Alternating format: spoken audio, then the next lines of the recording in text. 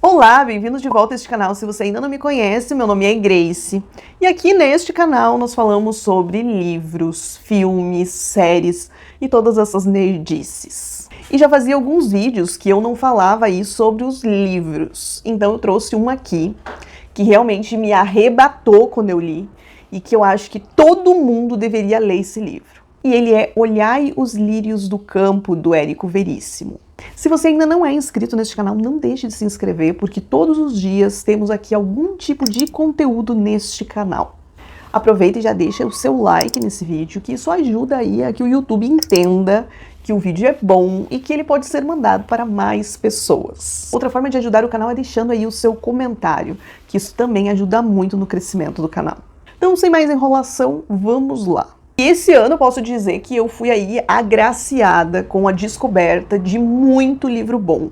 Eu não tenho tantos livros que eu não gostei assim para falar aqui para vocês. Mas livros que eu amei e que se tornaram favoritos da minha vida, isso estão aparecendo aos montes. E Olhai os Lírios do Campo é um desses livros. Inclusive ele apareceu em um momento muito oportuno que eu estava vivendo e foi muito importante e marcante ler este livro naquele momento específico que eu estava passando. E Olhai os Lírios do Campo foi publicado em 1938, então não é exagero dizer que Olhai os Lírios do Campo mudou a vida aí de Érico Veríssimo para sempre. Nessa época aí, uma edição foi vendida após a outra e que hoje continua sendo um dos livros mais vendidos no nosso país. Se consagrou ali como a obra-prima de Érico Veríssimo. Que a obra mais famosa aí, quando nós pensamos em Érico, é O Tempo e o Vento. Porém, a sua obra-prima aí continua sendo Olhai os Lírios do Campo. Então, Érico Veríssimo nasceu na cidade de Cruz Alta, que fica aqui no nosso estado, no Rio Grande do Sul, em 1905 e faleceu em 1975 em Porto Alegre. Iniciou a sua carreira em 1929, escrevendo ali contos para revistas e jornais. Tanto que ali em 1932 publicou então a sua primeira obra, que foi de contos, que traz o nome Fantoches. Érico Veríssimo então fez parte aí do modernismo brasileiro. As obras trazem características desse movimento, como regionalismo, realismo social, crítica política, narrativa dinâmica, uma linguagem coloquial e um narrador parcial. Então, Érico Veríssimo é um nome muito significativo dentro da literatura brasileira e, inclusive, aí coleciona diversos prêmios ao longo da sua vida. Um fato bem curioso é que quando Érico Veríssimo releu ali Olhai os Lírios do Campo 30 anos depois, ele não gostou tanto assim. Inclusive, ele chegou a dizer que a obra era uma obra falsa, exagerava no sentimentalismo. Até ele ficava constrangido com tamanha popularidade. Não sei se eu concordo com isso, porque para mim a obra ela é perfeita. Mas então, do que se trata aí Olhai os Lírios do Campo? Começa essa narrativa com Eugênio sendo informado que Olívia está entre a vida e a morte.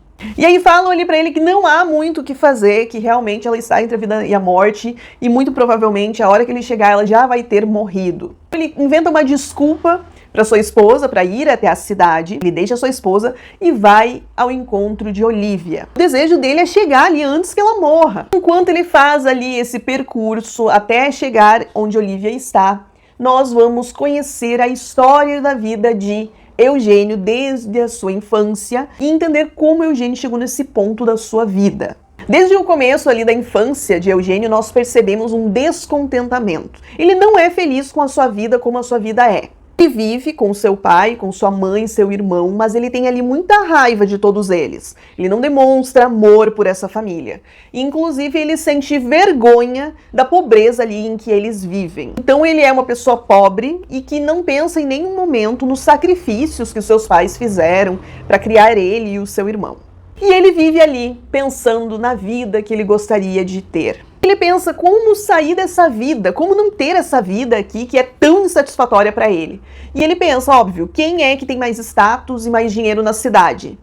Os médicos. Então ele resolve ser ali um médico. Essa questão, essa expectativa de altos ganhos e prestígio. E eu até digo que ele escolheu medicina não tanto por essa questão do dinheiro em si, mas por esse prestígio, esse reconhecimento, porque o sonho dele era se tornar uma pessoa importante. Vive uma vida com um complexo de inferioridade, sente que ele precisa ser um médico, ter uma carreira ali reconhecida, para ele sair dessa posição, para que as pessoas parem de olhar para ele de cima. Uma cena, assim, que me tocou muito e que eu chorei, porque sou chorona, obviamente, mas porque eu até sinto uma dorzinha ainda quando eu lembro, é que ele, então, consegue, com muito sacrifício ali do pai, entrar na faculdade de medicina. Cada vez ele está ali caminhando pelo calçadão ali com os seus amigos que são ali da alta sociedade, que tem uma vida muito melhor que a dele. Encontra de longe, ele enxerga seu pai e ele já fica todo preocupado que seu pai se manifeste ou fale que é pai dele e os seus amigos descubram que o pai dele na verdade é uma pessoa simples, uma pessoa pobre. E o seu pai, quando olha para ele, nós sentimos isso na narrativa, que os olhos do pai brilham. O pai dele sente muito orgulho do filho, muita felicidade em enxergar o filho. E aí, quando ele chama o nome do filho, quando ele chama Eugênio, Eugênio simplesmente finge que não ouviu e ignora completamente seu pai. E o seu pai, aquele brilho, aquele orgulho, aquela alegria, se transforma em vergonha. Então ele sente muita vergonha, muito medo de constranger o seu filho perante os seus novos amigos. Acaba ali se escondendo. Isso foi tão difícil de ler, que eu senti tanto ódio do Eugênio nesse momento, que eu desejei todas as coisas ruins que eu poderia desejar para alguém, desejei para ele. Conforme você vai lendo, você percebe que esse pai faz de tudo por esse filho. Faz de tudo. Percebe que o filho às vezes precisa de uma roupa, o pai faz das tripas coração para dar uma roupa para ele. Tá precisando de um calçado, ele vai fazer das tripas coração para dar esse calçado. Faz de tudo por esse canalha. Ele trata o pai dessa forma na frente dos amigos. Então isso foi algo assim que me... E nessa história toda, onde que entra a Olivia? Ali na faculdade de medicina. Ela é uma estudante também de medicina. E eles se conhecem, se eu não me engano, ali por volta do 3º ano da faculdade. E eles se tornam amigos. Mas ele não investe ali em um relacionamento com a Olivia, que ela é tão pobre quanto ele. E isso não vai de encontro com os planos que ele tem para a vida dele. Então ele pensa que o que ele vai ganhar em construir ali uma relação com a Olivia, sendo que ela é pobre e que não vai mudar nada na vida dele. Só que eles nutrem ali uma amizade que vai se desenrolando. E ali, em um determinado momento, essa amizade ali se transforma em uma amizade, vamos dizer, com benefícios. Mas ele não quer assumir ali Olivia por toda essa questão, ele acha que não vale a pena. Só que ela não cobra dele nenhum compromisso, apenas gosta de estar com ele. E ela pode sim ser tão pobre quanto Eugênio, mas a questão de valores dela é completamente diferente. Amava aproveitar um momento, viver a sua vida intensamente, aproveitar a natureza, o céu, as estrelas, perceber aquilo que estava ao redor de si. Sempre estava dando uns toques ali no Eugênio, que ele se preocupava demais, que ele estava correndo atrás de coisas que ele não deveria estar se preocupando naquele momento. Então, ela sempre dava esses toques nele. Mas ele, obviamente, ia seguindo a sua vida em busca do seu sonho, do seu objetivo, que era entrar para a alta sociedade. E Olivia não, continuava ali sendo uma menina doce, uma menina altruísta e uma menina que valorizava muito a vida. Aqui um ponto, inclusive, que Érico Veríssimo diz que não gosta tanto da obra, que é esse altruísmo de Olivia. Que ele acha que isso não é possível uma pessoa ser assim que nem ela.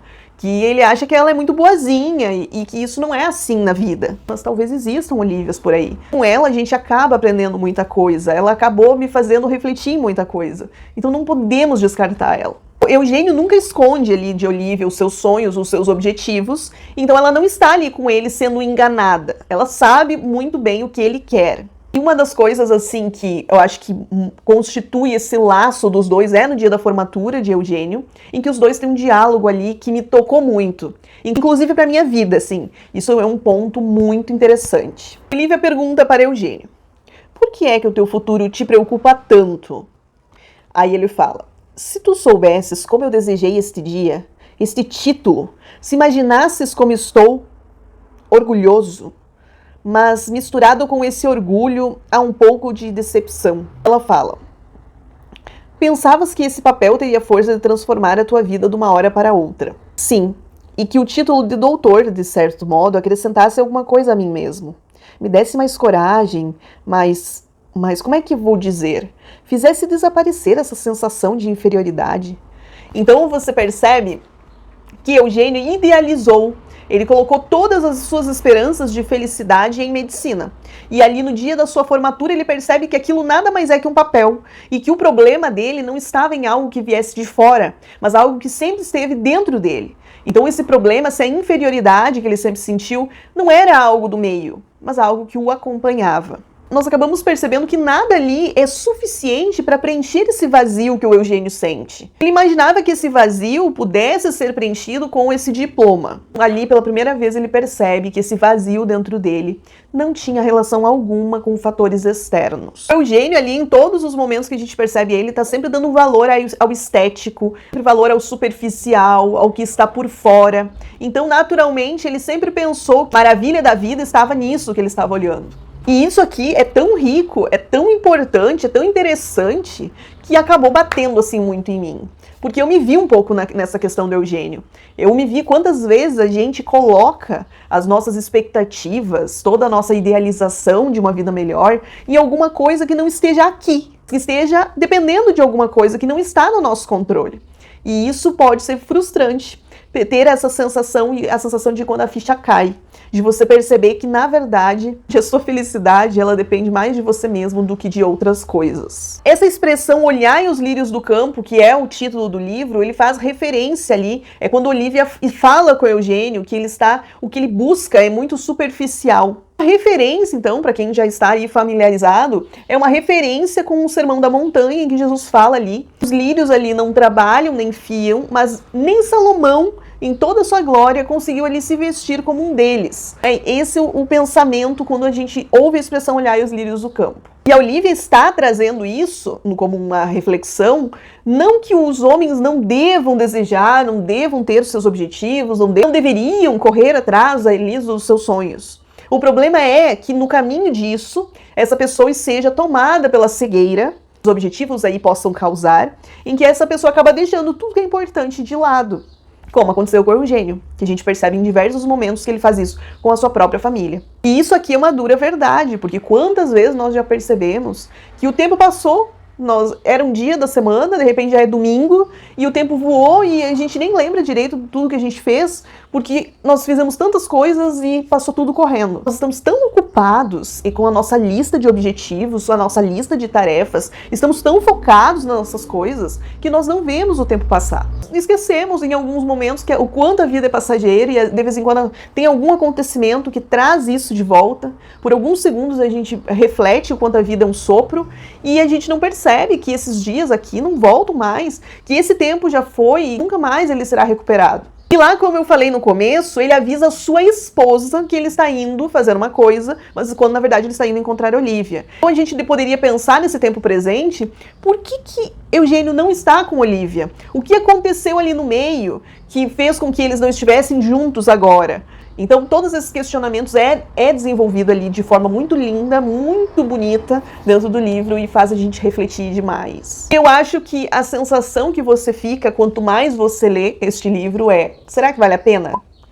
E aí, essa é a frase assim, que eu resumiria, dizendo a minha leitura, a minha experiência de leitura em Olhar os Lírios do Campo, que é essa pergunta: será que vale a pena?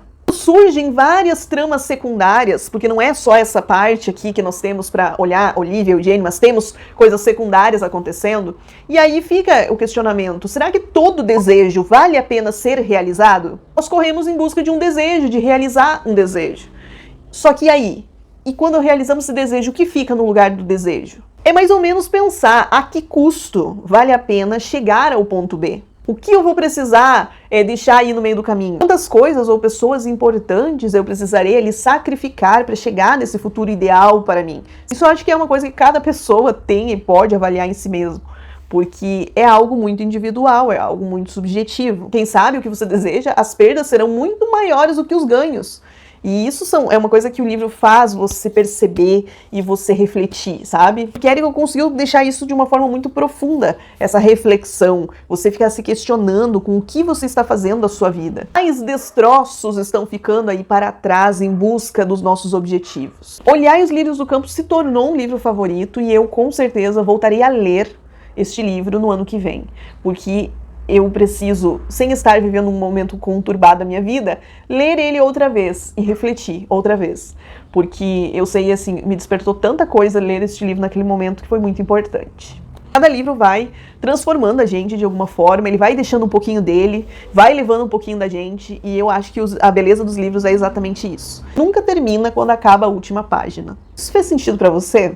Se fez sentido, deixa aí o seu like, conversa comigo nos comentários, vou deixar este livro também no link, para que você compre este livro, para que você leia, e que você pense como este livro pode mudar aí um pouco as suas atitudes. Porque mudou um pouco as minhas. Eu reorganizei ali quais eram realmente as minhas prioridades, porque é isso, no fundo é isso que nós precisamos fazer, estar evoluindo de alguma forma todos os dias, com livros, com a arte em si, com filmes, séries, e que isso não seja apenas um momento que estamos ali, mas que isso faça alguma coisa de diferente. É isso, e nos vemos no próximo vídeo.